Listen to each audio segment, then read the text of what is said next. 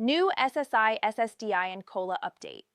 Today we're starting with a development that has Social Security recipients, disability advocates, and financial planners paying very close attention. It's a number that keeps coming up in Washington conversations, in benefits forums, and in the mailboxes of millions of Americans who rely on Social Security every single month. $972. That figure, whether it lands as a one-time payment, a monthly adjustment, or a cost of living correction, could mean the difference between covering groceries and going without, between keeping the heat on and making a difficult choice, between dignity and financial stress. And here's the thing, this isn't some rumor floating around social media. There are real conversations happening right now at the federal level about Social Security payments, SSI, SSDI, and how the 2025 COLA, the cost of living adjustment, is playing out for people already stretched thin. So let's slow this down and actually talk about what we know, what's being proposed, who it affects, and what you need to do right now to make sure you don't miss out on anything you're entitled to. For the past several years, there have been rumblings, not from official press releases, not from formal announcements, just persistent signals from advocacy groups, policy researchers, and lawmakers on both sides of the aisle that the current benefit structure for Social Security is under serious strain. The Social Security Administration has been working with numbers that, for many recipients, simply don't stretch as far as they used to. The agency has been consistent in its payment processes, yes, but it has been increasingly candid about the gap between what beneficiaries receive and what it actually costs to live in America today. The numbers tell that story clearly. In 2024, the average Social Security retirement benefit sat at around $1,907 per month. The average SSI payment for low-income elderly, blind, and disabled individuals was roughly $940 per month for an individual. These are federal figures, and while they represent a floor, for many people, that floor is the ceiling. What got people's attention this year was that the usual pattern broke down a little. Inflation data that typically drives COLA calculations came in differently than expected. The advocacy community and several members of Congress started raising questions about whether the formula being used to determine cost of living adjustments truly reflects what older and disabled Americans actually spend money on, things like healthcare, prescription drugs, and housing. And whenever that conversation picks up steam in Washington, it means something is about to change. The question is always, change for better or worse? Let's talk about that number directly, because you deserve a straight answer. The $972 figure has been circulating in connection with several different policy discussions, and it's worth breaking each one down so you understand exactly what applies to you. First, there's the SSI Maximum Benefit, the Supplemental Security Income Program, which serves some of the most financially vulnerable Americans, saw its federal maximum benefit for an individual increase to $943 per month in 2024. Proposals currently being discussed in advocacy circles and in some legislative proposals would bring that number closer to or above $1,000, with $970 being one of the specific figures tied to those adjustment models. Second, there's COLA, the cost of living adjustment. Every year, the Social Security Administration calculates COLA based on the Consumer Price Index for urban wage earners and clerical workers, known as the CPIW. For 2025, the announced COLA was 2.5%. For someone receiving $1,500 per month, that translates to a $37.50 increase. For someone receiving $900 per month in SSI, that's a $22.50 increase. But here's the debate. Many seniors and disability advocates argue that the CPIW doesn't accurately capture how older Americans spend money.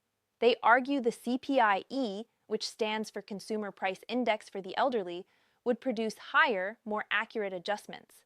Third, for SSDI recipients, those receiving Social Security disability insurance, average monthly payments vary based on lifetime earnings history. But the conversation around the $972 figure connects to proposals that would establish a stronger income floor for long-term disability recipients, ensuring no one who has paid into the system for decades receives a benefit below a reasonable threshold. Put all three of those discussions together, and you start to understand why this number keeps appearing in the conversation. The response from lawmakers has not been quiet, and it hasn't been uniform. There are several pieces of legislation, some with bipartisan support, some more partisan, that directly address benefit levels for Social Security recipients. Let's walk through the key ones you should know about. The Social Security Expansion Act, which has been introduced and reintroduced in various forms, would increase benefits across the board by about $200 per month on average. It would also switch the COLA formula to the CPIE, the Elder-Focused Inflation Index we mentioned earlier. That switch alone, analysts say, would produce meaningfully larger annual increases for most beneficiaries. The Social Security Fairness Act is a different but related piece of legislation that specifically targets the windfall elimination provision and the government pension offset, two rules that reduce Social Security benefits for certain public employees, including some teachers, firefighters, and police officers. Eliminating those two provisions would increase monthly payments for roughly 3 million Americans. That bill has actually passed with significant support and has been signed into law, which is one reason the 972 figure has gotten renewed attention, because for many affected retirees, that's very close to the monthly increase they could see. So when you hear someone say, $970 boost for Social Security recipients, the most concrete and current version of that claim ties directly to the Social Security Fairness Act and what it means for those affected by WEP and GPO. Tonight, let's be specific. The people most likely to see a direct, measurable increase in their Social Security payment right now fall into a few clear groups: public employees affected by WEP or GPO. If you worked in a government job, state, local, or federal, that didn't withhold Social Security taxes, and you also earned Social Security through other work, you may have been subject to the windfall elimination provision. That rule reduced your Social Security benefit. With the Social Security Fairness Act signed into law, that reduction goes away. For some people, that means hundreds of dollars more per month. For others, it means receiving Social Security benefits they were previously denied entirely because of the government pension offset, which applied to spouses and surviving spouses, SSI recipients under the poverty line. If you receive supplemental security income and your total income, including SSI, still places you below the federal poverty level, you may qualify for additional state-level supplements depending on where you live. 29 states plus the District of Columbia offer some form of SSI supplement on top of the federal payment. Many recipients don't realize this exists or haven't applied. SSDI recipients who haven't had a benefit review recently. If your disability status has been established for several years and you haven't reviewed your benefit calculation lately, it may be worth contacting the Social Security Administration directly. There are circumstances, including delayed credits and recalculation rights, that could result in a higher payment than you're currently receiving. Survivors and dependents. Spousal and survivor benefits are also part of this conversation. Widows and widowers in particular have rules that can be confusing. The age at which you claim, whether your spouse worked in a covered job, and whether GPO applied to your situation all factor in. Here's where the story gets a little more complicated and more honest. While there are genuine proposals to increase benefit amounts, the reality for most Social Security recipients right now is that the 2.5% COLA for 2025 didn't fully cover what many of them actually experienced in cost increases. That's not an opinion. That's what the numbers show when you look at specific expense categories. Medicare Part B premiums increased. The standard monthly premium rose to $185 in 2025, up from $174.70 the prior year. That's a $10.30 increase per month, coming directly out of Social Security checks for most recipients. So for someone whose COLA increase was $25 per month, roughly $10 of that is already absorbed by a Medicare premium increase before it ever touches daily expenses. Grocery prices, while they've stabilized from the sharp spikes seen in 2022 and 2023, remain higher than they were 3 years ago across nearly all categories. Housing costs, including rent, have remained elevated in most parts of the country. Prescription drug prices are a constant concern, though the Inflation Reduction Act's provisions around Medicare drug negotiation are beginning to take effect for some medications. The point is this: a COLA increase that looks adequate on paper can feel entirely inadequate in real life, depending on your specific health situation, where you live, and what you spend money on. And that's exactly why advocates keep pushing for the CPIE formula, because it weights healthcare spending more heavily, which is a more accurate reflection of what most Social Security recipients actually deal with. Remember when advocates said the Social Security Fairness Act would never pass? It sat in Congress for over a decade. It had been introduced and died in committee more times than most people can count. And then it passed, with broad bipartisan support, and it was signed into law. The lesson there isn't that every proposed benefit increase becomes law. The lesson is that sustained advocacy from recipients, from organizations like AARP and the National Committee to Preserve Social Security and Medicare, from constituent calls to congressional offices, actually moves the needle. It just doesn't move it quickly. That pattern repeats throughout Social Security's history. The program itself was called unrealistic when it was first proposed. COLA adjustments weren't even automatic until 1975. SSI didn't exist until 1972.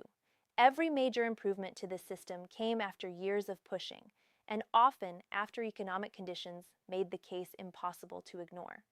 What makes this moment worth watching is that the pressure on lawmakers to address Social Security is coming from several directions at once. Seniors and disability advocates want stronger benefits and a more accurate COLA formula. Budget hawks want to address the program's long-term solvency. The Social Security Trust Fund is currently projected to face depletion of its surplus around 2033 if no changes are made, which would trigger automatic benefit cuts of roughly 21% unless Congress acts. Workers and younger adults are watching to see whether the program will be there for them when they retire. And there are the political realities. Social Security is sometimes called the third rail of American politics. Touch it and you get burned, because its recipients vote in very high numbers. Politicians know this. It shapes every proposal that comes through Washington. All of these forces are in play at the same time. And that's what creates the environment where a number like 972 gets attached to real legislative proposals, gets picked up in advocacy discussions, and eventually makes its way to people's screens and mailboxes. The Social Security Administration itself doesn't comment on pending legislation. Its job is to administer the program as the law currently stands, and it does that with considerable consistency and transparency. The agency's website, SSA.gov, remains one of the most reliable places to find accurate benefit information, including your personal benefit statement, COLA history, and Medicare premium details. But advocates are speaking plainly. Groups representing seniors and disability recipients have said that the current benefit structure leaves too many people behind. They've pointed out specifically that the federal SSI maximum, still below $1,000 for an individual, has never been updated to reflect modern living costs in the way retirement benefits have been. One of the most direct statements you'll hear from these organizations is this: the federal poverty line for a single individual is over $15,000 per year. The maximum federal SSI benefit, annualized, is under $12,000. That means SSI recipients, some of the most vulnerable people in the country, are living below the poverty line by design under current federal law. That is the case being made to Congress, and it is a straightforward one. Here's the practical part, and this is what matters most for you or someone you love. First, log into your My Social Security account at ssa.gov. If you don't have one, create one. It's free, it's secure, and it shows your complete benefit history, your projected payments, and any Medicare information connected to your record. This is the single most important thing you can do. Second, if you receive SSI, check whether your state offers a supplemental payment on top of the federal benefit. Contact your state's social services or benefits office and ask directly. You may be leaving money on the table. Third, if you are a former public employee, a teacher, firefighter, police officer, or any other government worker, and you've been affected by WEP or GPO, contact the Social Security Administration directly to ask about how the Social Security Fairness Act affects your specific situation. Some of these changes require updated records to take effect. Fourth, if you're approaching retirement age and haven't made a claiming decision yet, consider speaking with a financial advisor or a benefits counselor who specializes in Social Security. The age at which you claim, anywhere from 62 to 70, has a significant impact on your lifetime benefit total. As the months ahead unfold, we expect more details to emerge about how the Social Security Fairness Act is being implemented, whether additional legislation around SSI and SSDI benefits advances in Congress, and what the 2026 COLA calculation will look like based on inflation data through the third quarter of this year. If Congress takes up further Social Security reform, whether around solvency, benefit increases, or COLA formula changes, those conversations will shape the program for decades. The decisions being made right now in committee rooms and floor votes that don't always make the front page determine what this program looks like for you today and for your children and grandchildren tomorrow. If lawmakers stay the course without addressing the solvency question, that 2033 deadline will continue to get closer, and the potential for automatic cuts will remain a real concern. But if they act, either by adjusting the tax cap on Social Security contributions, modifying the benefit formula, or a combination of approaches, they can preserve and potentially strengthen the program for the long term. Tonight, and every day this conversation continues, one thing remains clear: Social Security is not a handout. It is a program that working Americans have paid into their entire careers with every paycheck because they were promised a measure of security in their later years and in times of disability.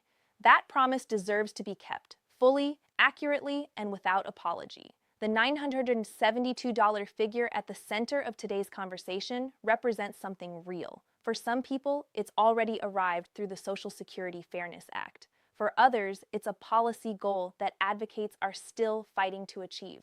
And for all of us, it's a reminder that the details of this program matter enormously, and that staying informed is one of the most important things any beneficiary or future beneficiary can do. We'll be here, breaking down the updates, tracking the legislative changes, and making sure you have the information you need as this story continues to develop.